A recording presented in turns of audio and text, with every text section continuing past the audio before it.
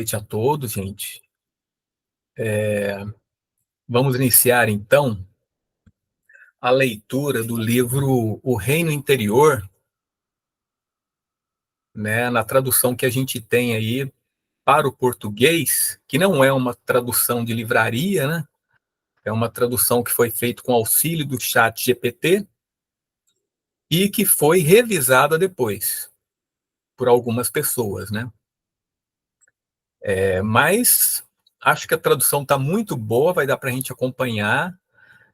Esse livro eu decidi iniciar por ele, esses encontros, né, do grupo Psicologia e Religião, porque é um livro bastante fácil, ele é explicativo, qualquer pessoa que não entende de psicologia analítica vai poder ler este livro com facilidade, né?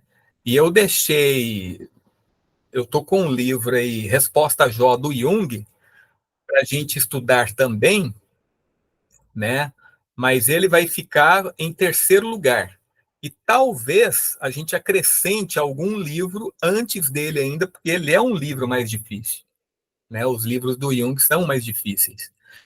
E a gente acrescentando livros antes desse Resposta a Jó do Jung, vai ser bom, porque vai dar tempo das pessoas se acostumarem, né, com o linguajar do Jung, porque este grupo, gente, ele é voltado não só para psicólogos junguianos, mas para pessoas interessadas também, né, no tema, né, psicologia, religião, símbolos e tudo mais. Mas vamos começar então.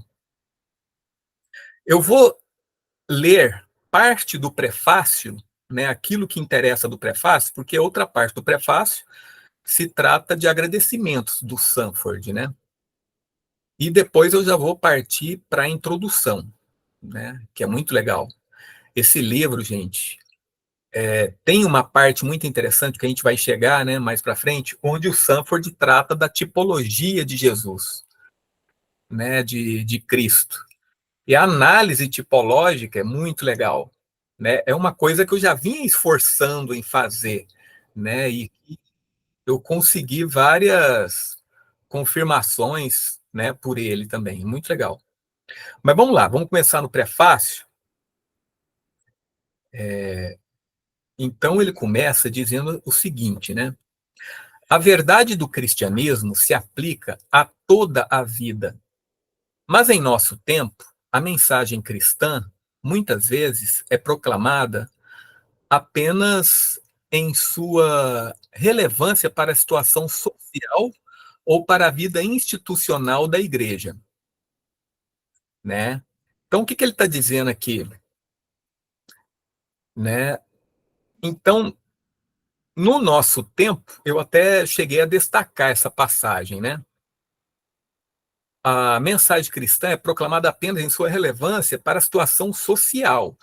Então, geralmente, a gente tem uma leitura dos evangelhos e a gente lê de maneira extrovertida, como se aqueles dizeres de Cristo estivesse se dirigindo apenas para as pessoas em geral, né?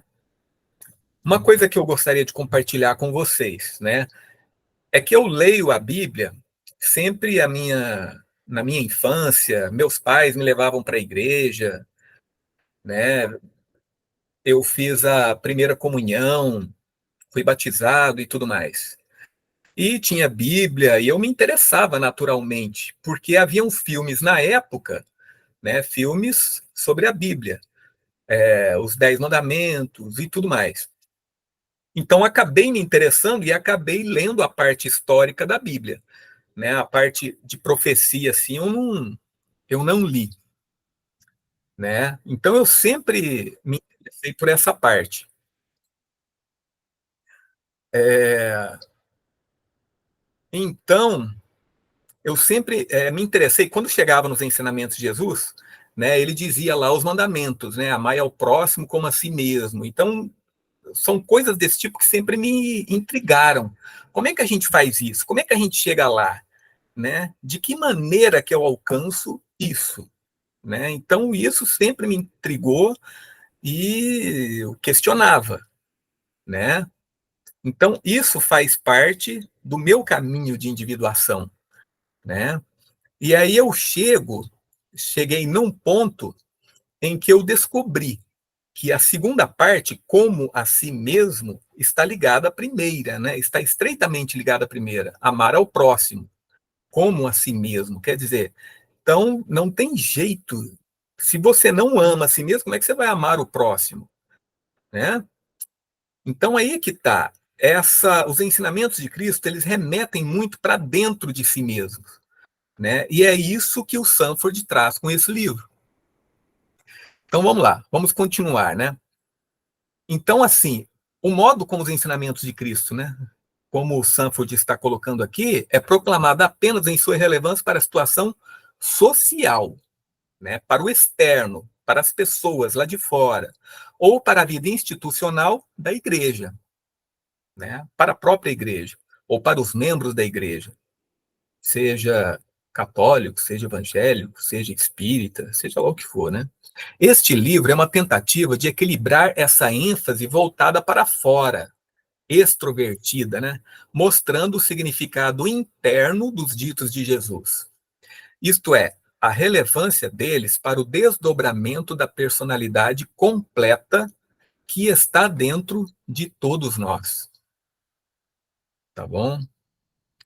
O leitor encontrará aqui uma interpretação dos ditos de Jesus que enfatiza o significado para a sua vida e desenvolvimento pessoal e institucional.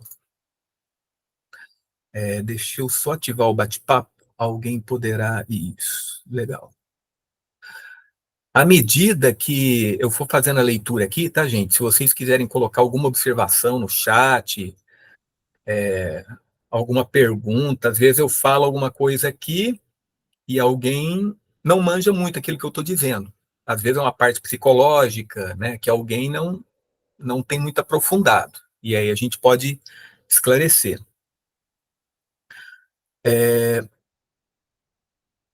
Então, encontraremos, né, uma interpretação dos ditos de Jesus que enfatiza seu significado para a sua vida e desenvolvimento pessoal e individual.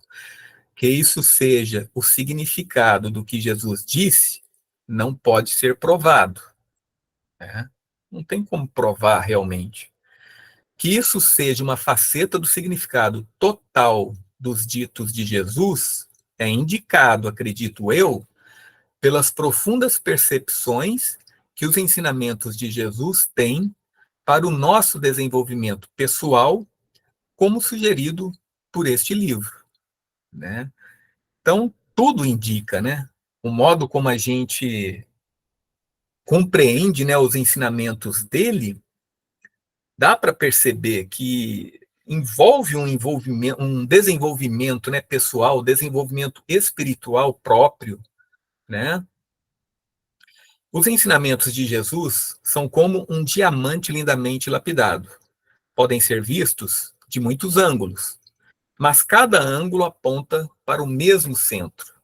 Ao discutir o significado interno dos ditos de Jesus, não estou afirmando que este é o único significado, mas estou tentando visualizar o cerne do pensamento de Jesus, a partir de uma perspectiva frequentemente negligenciada em nossos dias. Então, o Sanford está dizendo que ele está enfatizando, né, o significado interno, que é negligenciado nos nossos dias. Significado interno e, ao mesmo tempo, simbólico. E ele diz aqui, não estou falando que é o único significado. Por quê? Quando nós falamos de símbolo, né, nós estamos falando de uma linguagem poética, né? E Jesus falava por parábola, certo? E a linguagem por parábolas é simbólica, né? Remete ao inconsciente. A maior parte dela remete ao inconsciente, assim como os contos de fada, os mitos, né? Eles remetem ao nosso inconsciente, reforçam alguma coisa inconsciente, falam a ele, né? Muito mais do que ao ego. E toda linguagem poética, ela é múltipla, né? Ela não é literal, ela não é unidirecional, né? Ela abarca, né, muita coisa. Você pode compreender de diferentes maneiras e pode, tudo bem que haja uma interpretação. Você vê uma direção, está apontando para lá, né? Mas ele não está falando se você tem que ir de carro para aquela direção, ou é de trem, sobre trilhos, ou é de avião, ou é de navio. Não está falando que é daquela maneira, né? Podemos chegar até aquele lugar de múltiplas maneiras, né? Aí ele fala que, frequentemente, utilizarei estudos de caso para elucidar a aplicação de certos ditos de Jesus nas vidas e crises das pessoas de hoje. Esses estudos de caso são retirados do meu trabalho como conselheiro pastoral. Conselheiro pastoral e analista, né? E ele também era analista. Em todos os casos, a identidade da pessoa envolvida foi disfarçada e permissão foi gentilmente concedida para usar essa situação como ilustração. Né? Aí ele fala que a versão da Bíblia que ele utilizou para citações é a que seja especificada, a menos que seja especificado de outra forma, é a Bíblia de Jerusalém, que ele prefere para fins de ensino devido à clareza. Tá? Aí, a partir daí, ele passa a fazer uns agradecimentos. Né? Entre esses agradecimentos, ele agradece a Fritz Kunkel e a Morten T. Kelsen, que são dois analistas junguianos que, se vocês forem procurar livros deles, também tem a ver com psicologia e religião. São muito interessantes. Então aí, gente, eu estou pulando várias páginas aqui, agora vamos começar na introdução. Então ele começa contando a vida dele de infância, né? Quando eu era criança, passávamos um mês a cada verão em uma antiga fazenda em New Hampshire. A casa tinha 150 anos quando chegou às mãos da nossa família pela primeira vez e nunca havia sido modernizada. Como meu pai era o pastor de uma modesta igreja episcopal, estávamos sempre com pouco dinheiro e, por muito tempo, vivemos na casa de maneira simples, sem o benefício de encanamento ou eletricidade modernos. Nosso abastecimento de água durante esses anos era um antigo poço que ficava do lado de fora da porta da frente. A água desse poço era incomumente fria e pura, uma alegria para beber. E o poço era notável porque nunca secava. Mesmo nas secas mais severas do verão, quando outras famílias eram forçadas a recorrer ao lago para encontrar água potável, nosso antigo poço fielmente cedia sua água fresca e clara. Eventualmente, chegou o dia em que a fortuna da família melhorou e decidiram modernizar a casa. A eletricidade substituiu as antigas lâmpadas de querosene, um fogão elétrico assumiu o lugar do antigo queimador de querosene e encanamento moderno e água corrente foram instalados. Isso exigiu a perfuração de um poço artesiano profundo, a poucas centenas de metros da casa. Não mais necessário, o antigo poço, perto da porta da frente, foi fechado para ser mantido em reserva, caso surgisse uma ocasião em que, por algum motivo, o poço artesiano não fosse suficiente. As coisas ficaram assim por vários anos, até que um dia, movido pela curiosidade e antigas lealdades, decidi descobrir o antigo poço para inspecionar sua condição. Ao remover a tampa, eu esperava ver as mesmas profundezas escuras, frescas e úmidas que eu conhecia tão bem quando era criança. Mas eu estava prestes a receber um choque, pois o poço estava completamente seco. Fiz muitas perguntas para entender o que havia acontecido. Um poço desse tipo é alimentado por centenas de pequenos riachos subterrâneos, ao longo dos quais se infiltra um suprimento constante de água. À medida que a água é retirada do poço, mais água flui para ele ao longo dos riachos, mantendo essas pequenas aberturas limpas e abertas. Mas quando um poço desse tipo não é usado e a água não é retirada regularmente, os riachos diminuem. Nosso poço, que funcionara sem falhas por tantos anos, estava seco, não porque não havia água, mas porque não havia sido usado. A alma humana, isso aqui eu destaquei, tá, gente? A alma humana é como esse poço. O que aconteceu com o antigo poço também pode acontecer com nossas almas se a água viva de Deus não fluir para nós. O mesmo é verdade para a igreja. Ela também pode secar se não se abastecer constantemente da água viva de Deus. Quando isso acontece, podemos supor que Deus está morto. Nós estamos na página 8 do PDF que está lá no grupo, tá, gente? O reino interior do Sanford. Então, olha só, né, eu destaquei até essa parte, né?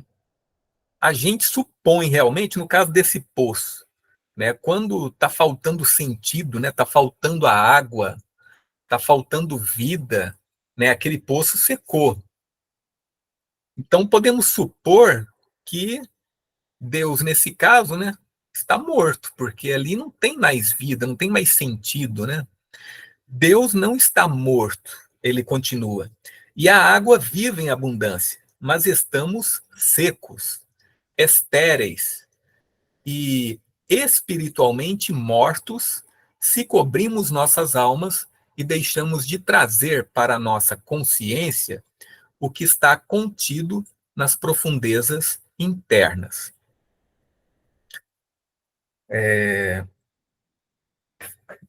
Bem, vamos lá. Então é a mesma coisa, né, gente? É como se Deus estivesse morto.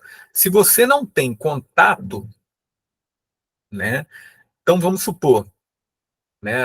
Todos nós temos pais, mães, alguns morreram, né? Mas se você não encontra mais o seu pai, pode ser que ele esteja vivo, né? Mas é como se ele estivesse morto, porque não tem contato mais. É a mesma coisa, né?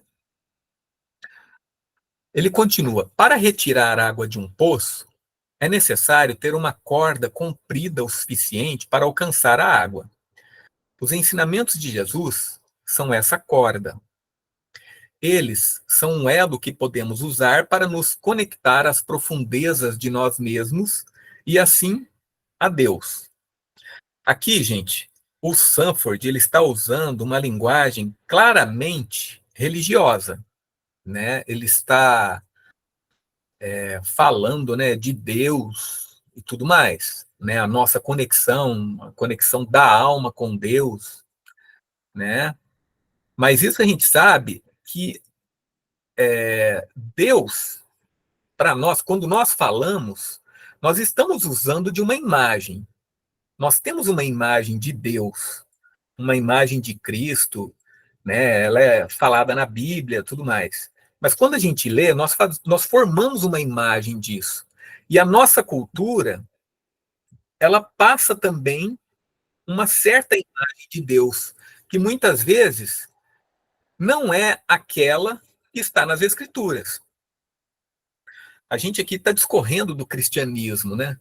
Mas isso aí ocorre em todas as religiões, né? Nós temos certa imagem, né, de Deus e nós pretendemos nos conectar ao transcendente, ao divino, por meio desta imagem, né? Essa imagem é como se fosse um instrumento, né? É como se fosse um veículo, né? Esse veículo ele pode ser bem equipado ou não. É como se fosse um barco, né? Esse barco ele pode ser reforçado, pode ser grande, pode ser pequeno, qual a situação do barco que você usa, né? E é isso que é decisivo para você ir ao encontro ou não do divino, né? Mas quando certamente alguém fala de Deus, como Sanford está falando no livro, ele está falando da imagem, né? Da imagem que ele tem de Deus, que a cultura dele tem de Deus, e nós estamos lendo com a imagem que nós também supomos, né? Que nós temos e que pode não corresponder à imagem dele lá, né? Tá bom? Bem, aqui eu estou falando de imagem, do significado. E todos nós supomos que o Deus que ele está falando é o mesmo Deus que o nosso, né? E aí vai. Vamos continuar. Muito do que Jesus disse, é claro, já foi compreendido e integrado em nossa cultura, a ponto de muitas pessoas suporem que já estão totalmente familiarizadas com os ensinamentos de Jesus e não tem mais nada a ganhar estudando-os. É verdade que entendemos muito do que Jesus disse sobre as intenções de Deus para a sociedade e prestamos, pelo menos, homenagem às suas doutrinas em nossos objetivos sociais. Nosso Senhor disse: Em verdade vos digo que quando o fizestes a um destes meus pequeninos irmãos, a mim o fizestes. Isso aí está em Mateus 25, versículo 40. E nossa sociedade é suficientemente cristianizada para fazermos algum esforço para cuidar dos menos afortunados em nosso meio. Quer dizer, o lado social, como ele já falou lá no início, né? Além disso, estudiosos fizeram extensos trabalhos sobre os ensinamentos de Jesus, rastreando o contexto histórico dos registros do Evangelho e observando a influência da igreja primitiva. No entanto, a importância dos ditos de Jesus para uma religião pessoal que pode guiar o indivíduo de maneira bem-sucedida e significativa para uma vida mais criativa foi largamente negligenciada. Então, olha só o que ele está falando, né? A importância dos ditos de Jesus para uma religião pessoal. Quer dizer, uma religião pessoal, uma perspectiva pessoal, né, dos ditos de Jesus, que pode guiar o indivíduo de maneira bem-sucedida e significativa para uma vida mais criativa. Então, ele está falando de criatividade. E o que ele quer dizer com criatividade aqui, né? O que é vida mais criativa, né? Com certeza, né, gente? O pessoal pode participar aí, tá, gente?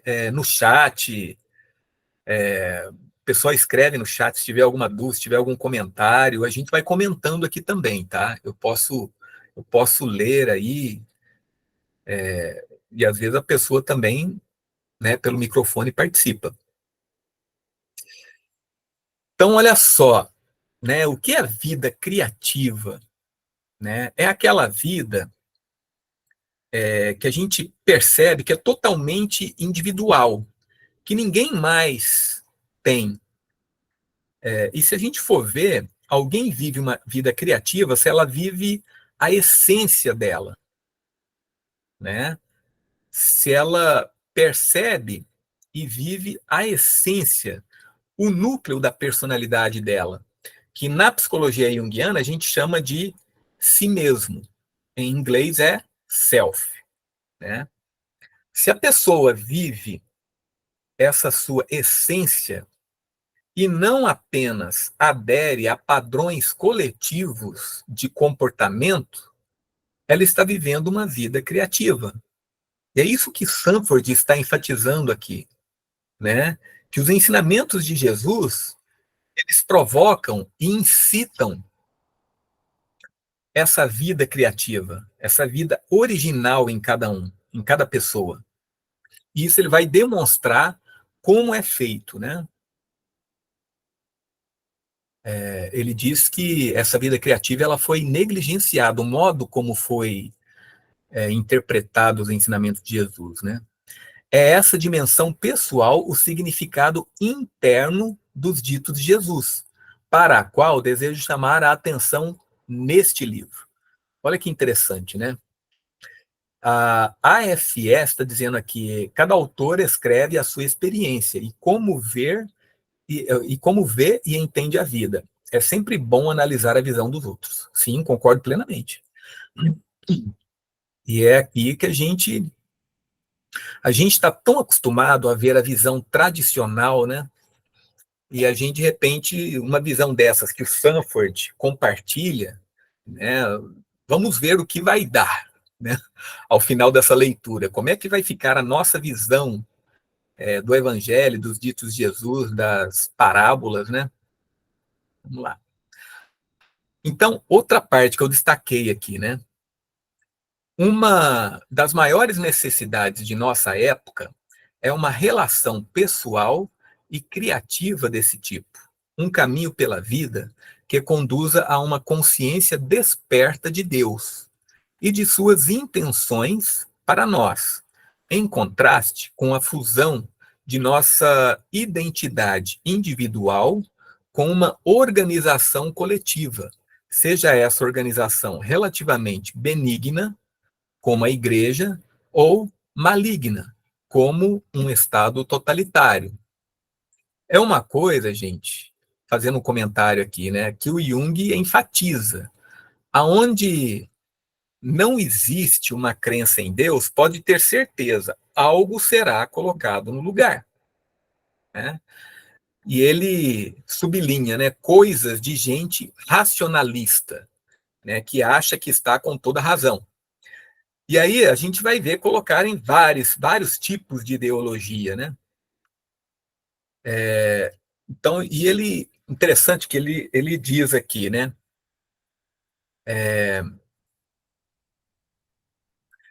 Em contraste, não. Uma das maiores necessidades da nossa época é uma relação pessoal e criativa desse tipo, né? Em contato com a nossa essência. Um caminho pela vida que conduz a uma consciência desperta de Deus, quer dizer, uma consciência do nosso si mesmo, do nosso self, e de suas intenções para nós, em contraste com a fusão de nossa identidade individual com uma organização coletiva. Então, podem ter certeza, onde falta essa conexão profunda com o nosso núcleo, né, que é pessoal e é impessoal ao mesmo tempo, na falta dessa conexão, nós vamos aderir a organizações coletivas. E aí que surge o problema, porque aí vai vir o fanatismo, né? E pode ser, ele falou, podemos nos identificar, inclusive, com organizações relativamente benignas. Quer dizer, relativamente, porque em certo sentido pode ser totalmente maligna, né? Em outros sentidos. Continuando, essa necessidade é aparente para o conselheiro pastoral, que descobre que as cascas externas das personalidades de muitas pessoas escondem um vazio que anseia ser preenchido com uma agonia acompanhante da alma. Isso é aparente na unilateralidade de grande parte do cristianismo convencional nas igrejas de nossa era, que, concentrando-se exclusivamente em atitudes extrovertidas, quer dizer, lançadas para fora, e ignorando as necessidades da pessoa interna, criou um vácuo que precisa ser preenchido. Então, assim, gente, né, vamos lá. Por exemplo, os 10 mandamentos, né? A gente vê que os 10 mandamentos, aparentemente, eles se dirigem externamente. Não mentir. Ora, para quem que eu não vou mentir? Para alguém do lado de fora.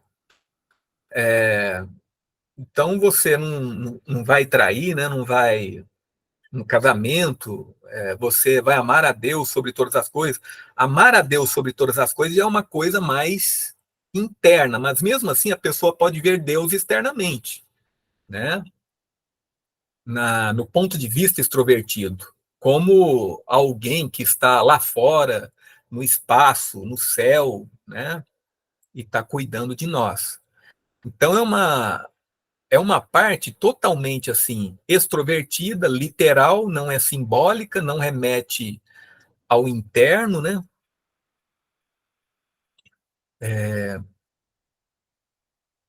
Então ele diz aqui, isso é aparente na unilateralidade de grande parte do cristianismo convencional nas igrejas de nossa era, e concentrando-se exclusivamente em atitudes extrovertidas, ignoram a pessoa interna.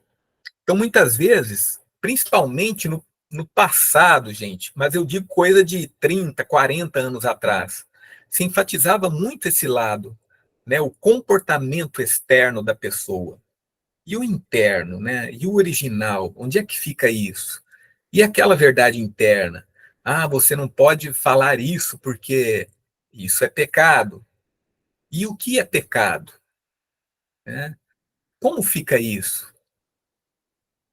Né? Alguém, por exemplo, que questiona pode ser visto como alguém comum, uma pessoa estranha, né? E vai ser relegada a, como é que eu vou dizer?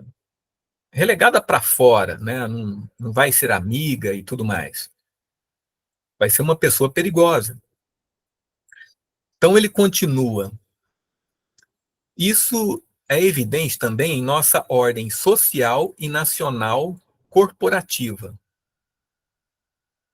Privadas de uma religião dirigida para dentro e viva, as pessoas, em sua desesperança, recorrem às drogas, ao álcool, até mesmo à guerra, como meio de escapar de seu isolamento interno e como expressão compulsiva da doença dentro delas.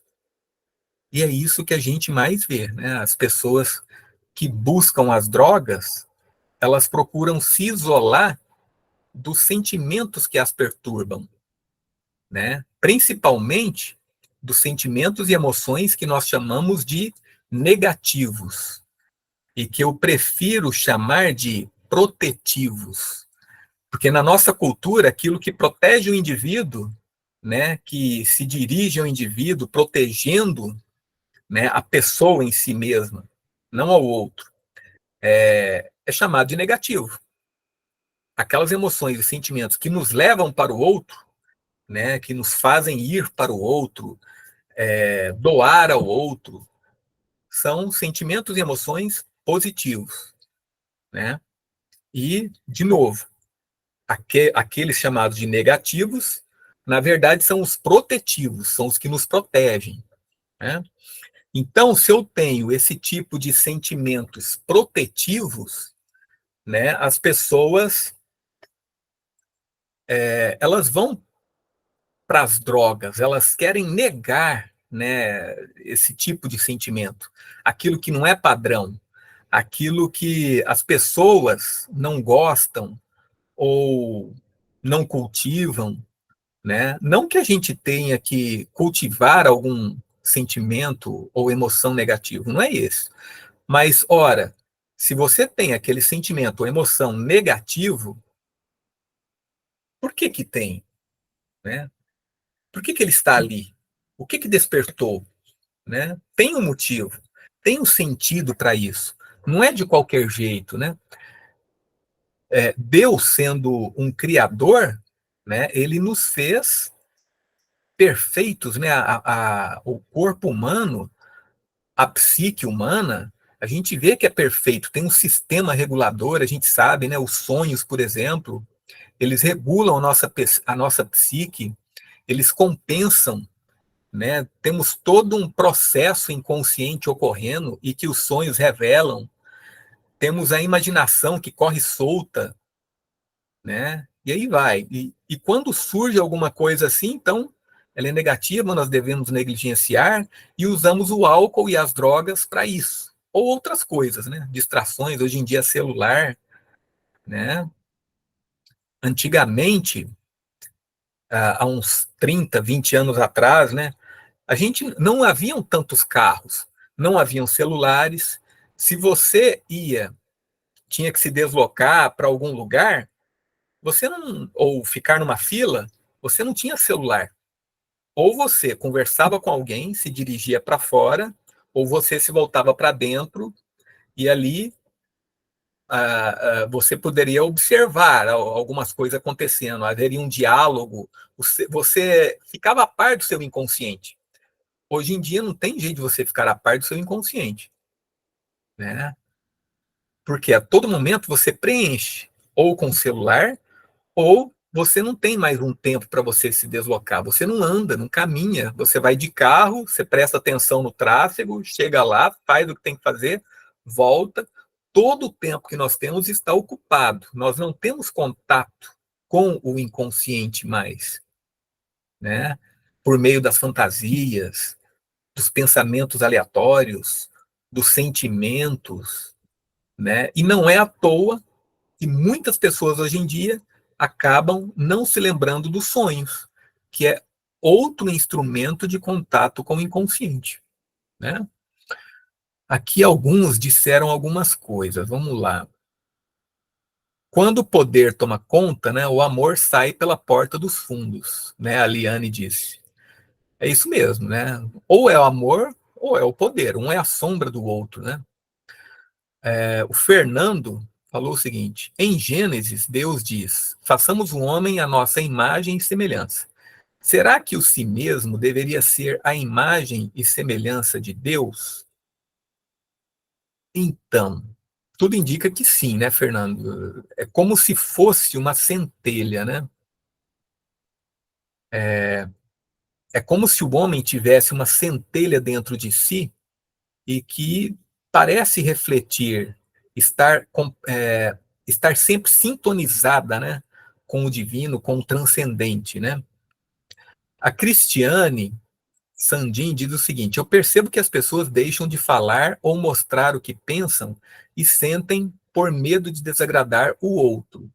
Com isso, adoecem por não serem capazes de serem sinceros consigo mesmos. É isso mesmo, né? E aí nós nos perdemos, não é mesmo? Bem, vamos continuar. Privadas de uma religião dirigida para dentro e viva, as pessoas, em sua desesperança, recorrem às drogas, tal, tal. A perigosa alternativa à redescoberta de uma religião pessoalmente relevante, que pode levar a uma maior consciência do eu, é a construção de estruturas externas cada vez maiores impostas pelo Estado. Então, olha só, a perigosa alternativa à redescoberta de uma religião pessoalmente relevante, significativa, com sentido, né? Que a gente vê, a maioria, né, das religiões que nós vemos aí, né, parecem ter perdido assim o sentido, né? Não sei se ultimamente está tendo um reavivamento, né? Mas há um tempo atrás, essa falta de sentido era bem maior, né? E eu acho que isso continua. Então, a alternativa que se encontra é a identificação com estruturas grandes e externas, né, impostas pelo Estado. A gente vê, a gente acabou de passar por uma eleição, onde as pessoas enfatizam a nossa identificação com partidos políticos, e aí vai. Então, muita gente, por não se sentir significativamente importante, a sua autoestima lá embaixo, uma maneira dela se sentir melhor é ela se identificar com uma estrutura externa grande, né? Seja a igreja, né? Mas criações recentes, partidos políticos, ideologias, e ele continua aqui, ismos altamente estruturados como o comunismo, o fascismo e até movimentos religiosos coletivos entram para preencher o vazio da alma humana. E não é só isso, né? Ele fala aqui de comunismo, fascismo, tudo mais, mas aí a gente tem o capitalismo, por exemplo, né? Que é uma coisa também parcialmente estruturada, né? Ele surgiu de maneira mais ou menos inconsciente, né? Mas depois ele acabou sendo algo mais estruturado, né? Liberalismo, e aí vai. Todos esses ismos, né, gente? Não somente comunismo, fascismo e tudo mais.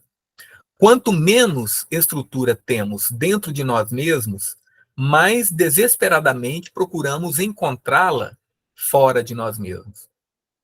Né? Então, quanto menos sentido temos dentro de nós mesmos, mais a gente procura lá fora.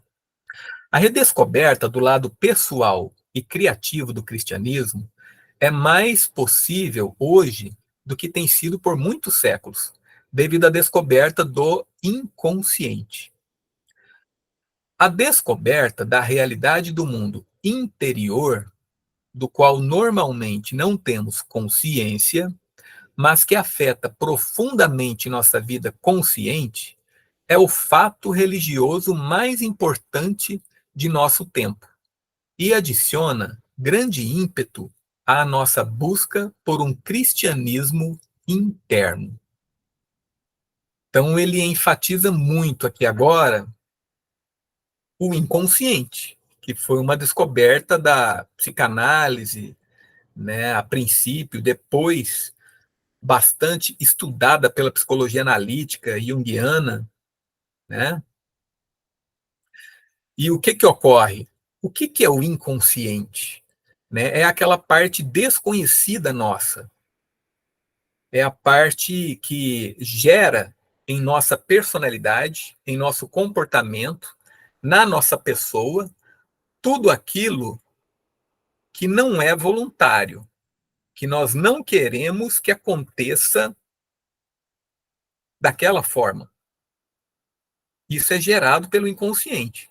Tudo aquilo, então, que acontece dentro de mim e que não é voluntário, que eu não quero ter, seja para o bem, seja para o mal, vem do inconsciente.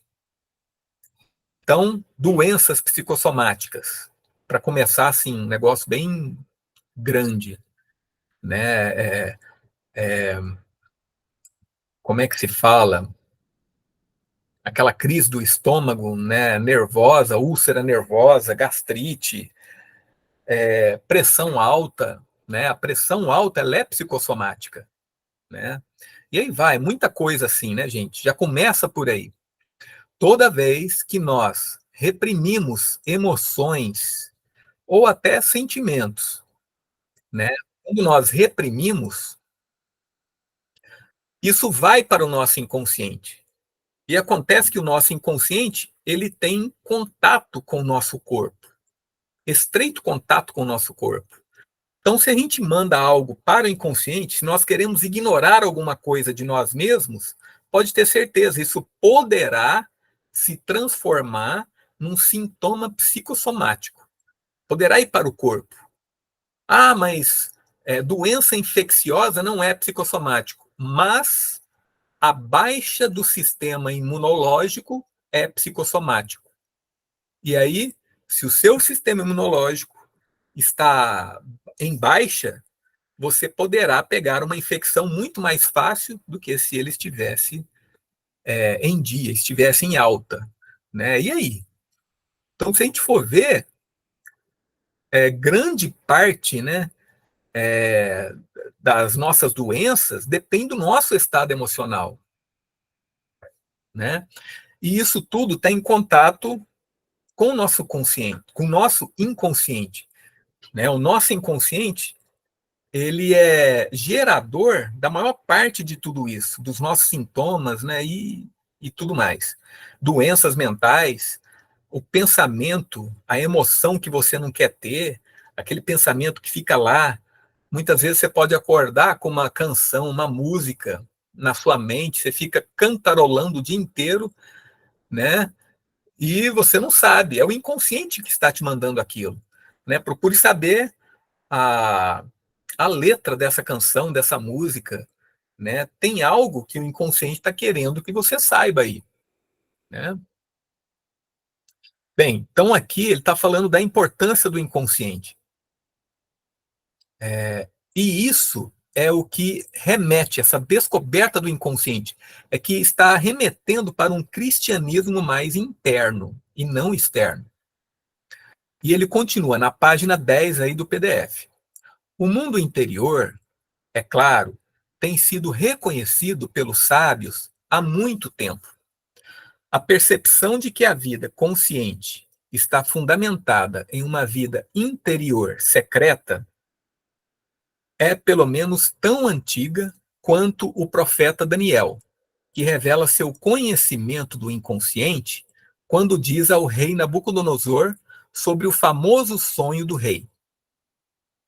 Então, Daniel diz para o rei Nabucodonosor: Ó rei, em tua cama, teus pensamentos voltaram-se para o que aconteceria no futuro. E o revelador dos mistérios revelou o que está para acontecer. Este mistério me foi revelado não porque eu seja mais sábio do que qualquer outro homem, mas para este único propósito: que o rei aprenda o que isso, quer dizer, o sonho, significa, e que você entenda seus pensamentos mais íntimos.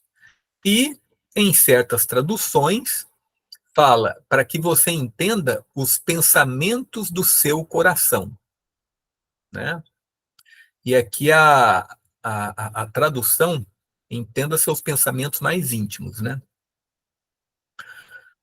Então, gente, quando ele fala, né, entenda seus pensamentos mais íntimos, mas o rei não entende os pensamentos dele, né? Você tem um pensamento, né? E aí, você não entende aquele pensamento? Por quê? Porque aquele pensamento provavelmente é involuntário. Está ocorrendo a você sem que você queira, sem a sua anuência, sem a sua aprovação, né? E o rei teve esse sonho, né? E olha a sabedoria do Daniel. É como se fosse um psicólogo na época, né, gente? É claro, só que ele não era, mas ele tinha um entendimento da psique, né? Para que o rei aprenda o que o sonho significa e que você entenda seus pensamentos mais íntimos, que ele não estava a par, que ele não tinha consciência.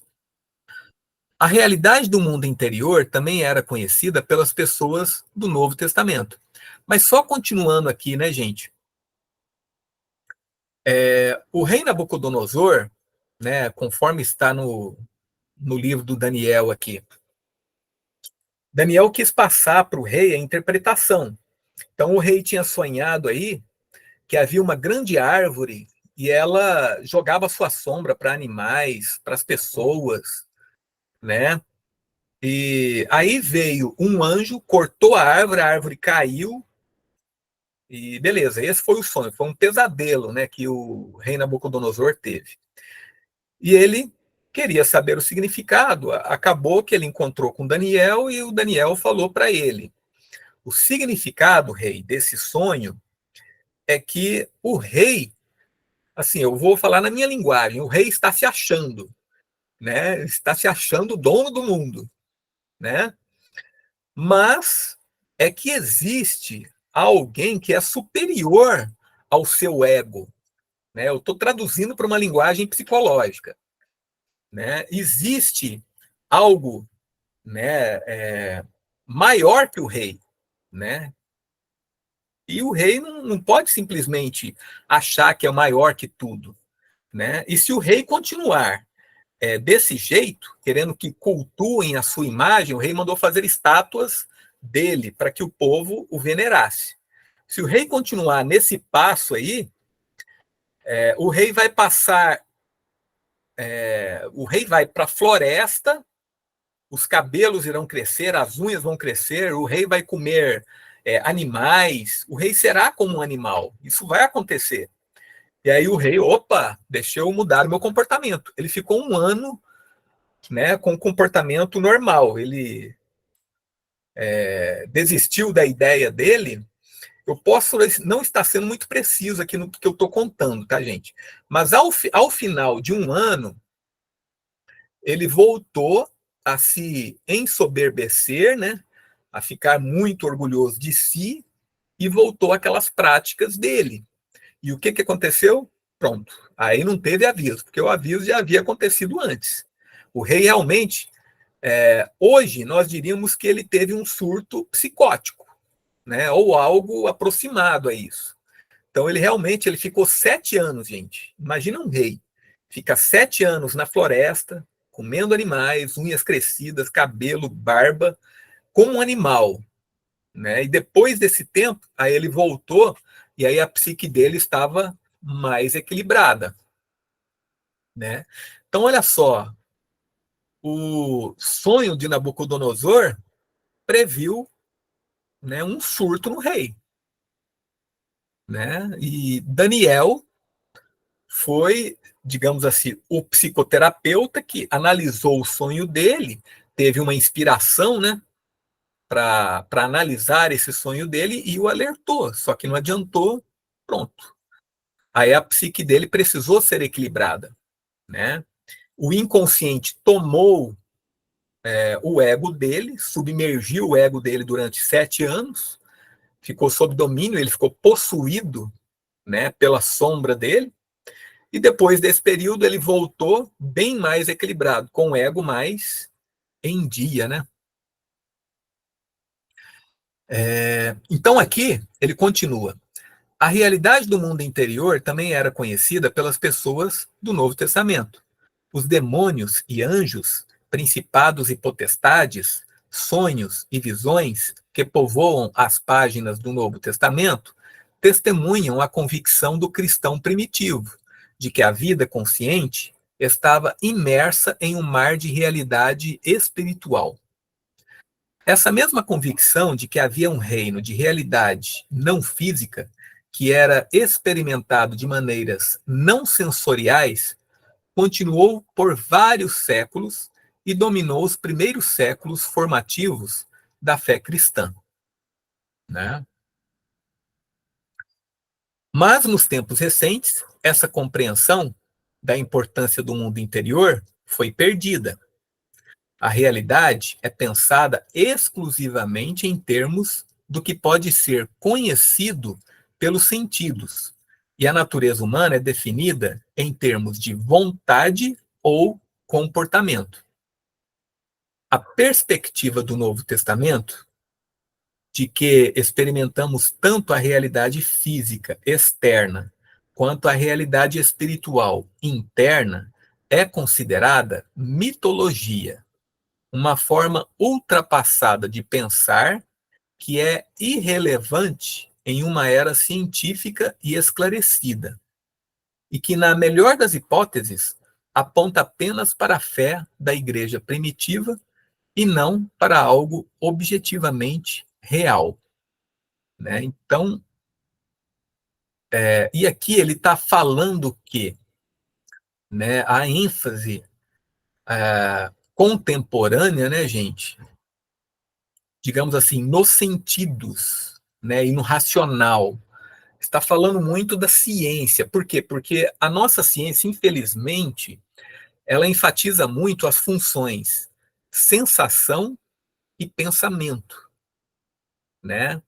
E falta a ciência, né, inserir a função sentimento aí, que nos daria a ética científica. Ética, né, no sentido assim de como usar as invenções científicas, não só usar, né, como utilizar, como lidar, né, com essas invenções, com o conhecimento científico. Então falta o sentimento. E a intuição, que seria a quarta função, a gente vai estudar essas funções, gente, mais tarde, quando ele falar da tipologia de Jesus. Aí eu vou explicar aqui, tá bom? A intuição a gente vê muito na física quântica, né? Com Einstein, na teoria da relatividade. A gente sabe que Einstein ele previu muita coisa por meio da intuição. Ele era uma pessoa de intuição altamente desenvolvida.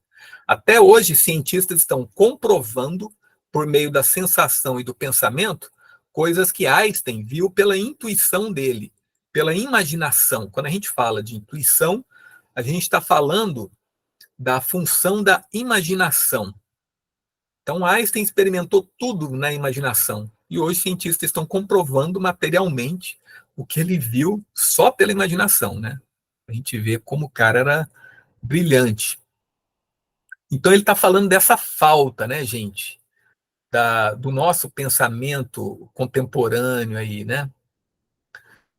Aqui tem uma nota, né, para um estudo brilhante e abrangente do papel do não físico nas origens cristãs, o leitor é encaminhado ao livro do reverendo Morton T. Kelsey, intitulado God, Dreams and Revelation, A Christian Interpretation of Dreams, Deus, Sonhos e Revelação, uma interpretação cristã dos sonhos. A gente tem esse livro aqui na editora Vozes, tá? É um livro muito bom também. Quem sabe a gente faça a leitura dele. Bem, gente, eu estou encerrando aqui, falta 4 minutos, na verdade são 20 horas e 1 minuto, mas a gente começou 5 minutos mais tarde. No próximo encontro eu vou começar pontualmente. Hoje eu comecei 5 minutos mais tarde, porque é primeiro encontro, né? A gente percebe assim que podiam chegar muitos atrasados, tá? Mas aí eu pretendo terminar um pouco mais cedo. O pessoal quiser falar alguma coisa, tá? Usar o microfone aí. Deixa eu ver aqui se mais alguém falou alguma coisa.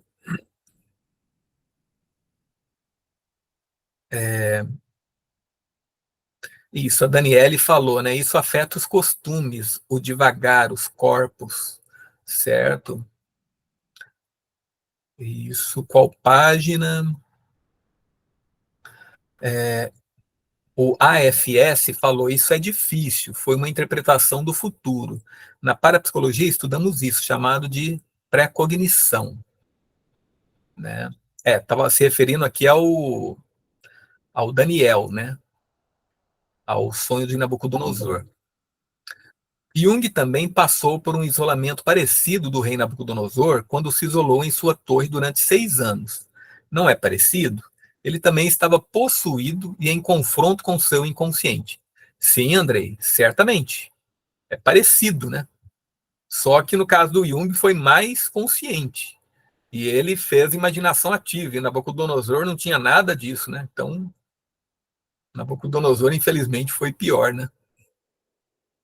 A FS, a ideia de que o demônio existe ou não dentro de uma pessoa é muito complicado. Acredito que existe sim, em algumas situações, em outras, seria doença da pessoa mesmo. Sim, e a gente, muitas vezes, né, a FS, quando se fala em demônio, a gente está falando da sombra, né, que é uma figura psicológica que toda pessoa tem, né? A sombra, ela se forma no nosso inconsciente. É aquela parte, poderíamos definir brevemente a sombra como aquilo que nós não somos. Tudo aquilo que a gente não é está na nossa sombra. É como se fosse um alter ego, só que formado no nosso inconsciente. Em situações em que a gente está cansado, por exemplo, em que o ego não consegue sustentar a máscara social, né? Eu sou desse jeito, o jeito de ser dele. Quando a pessoa está cansada e ela não consegue sustentar esse jeito de ser, o comportamento consciente, então a sombra pode se apossar da pessoa e pronto. Ela não se distinguir da sombra, ela se identifica e explode, pode fazer muita coisa, né? Então é aí que a gente diz, nossa, fulano não era ele parecia possuído, e estava mesmo, possuído pela sombra. E aí, só que a sombra é uma figura pessoal, e existe a sombra impessoal, que é o arquétipo, que é aquilo que realmente a gente chama de demônio, né? E aí é o que, né? Então a gente vê certas figuras na história que foram possuídos pelo arquétipo coletivo da sombra, né? E aí vemos figuras como Hitler e tudo mais. né, e outras, né? Talvez até o próprio Nabucodonosor, né? A gente não sabe. A ideia é tal, tal, tal. A Eliane Bauer. Opa, Eliane Bauer. Pessoal, agradeço o encontro de hoje, mas vou precisar me deslocar, tal, tal. Como passou rápido. Obrigado, Ana Cristina. Foi maravilhoso o encontro. Daniele, a ideia do diabolizar quando da aparição no deserto para Jesus foi entendida muito literalmente pelas mitologias religiosas. É a sombra e é constituinte, e como é parte do Deus, e tudo ok, não é mesmo? Sim, e a gente vai ver, Daniele, o Sanford vai analisar essa aparição do diabo no deserto, o diálogo de Jesus com o diabo lá no deserto. E vai ser muito legal, tá bom? Então, gente, eu vou encerrar aqui o nosso encontro. Nossa, muito legal, gostei muito. E se alguém tiver alguma dúvida ainda, quiser algum esclarecimento, o nosso grupo está aberto, tá bom? Espero que tenham gostado, né? Eu estava vendo aí com uma membro que alguns grupos preferem não a leitura online, né, mas ler antes e no encontro do grupo a gente apenas discutir. Mas eu acho legal esse jeito assim, ler primeiro, porque muita gente não tem tempo, né? E aí no encontro do grupo a gente vai ler, a gente vai destrinchar, vai ler devagar, né? A gente comenta e o pessoal pode participar mais também, tá bom? É isso aí. Bem, vamos lá. Agradeço a participação de todo mundo. Vamos lá e a gente se encontra lá no grupo. Até mais. Ótima noite, gente. Boa noite, obrigada, até mais.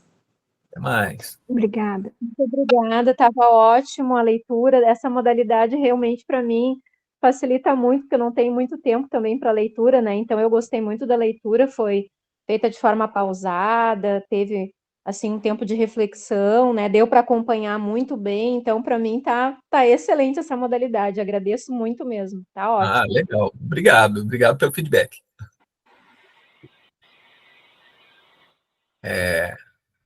Alguém mais quer falar alguma coisa? Acho que não, né?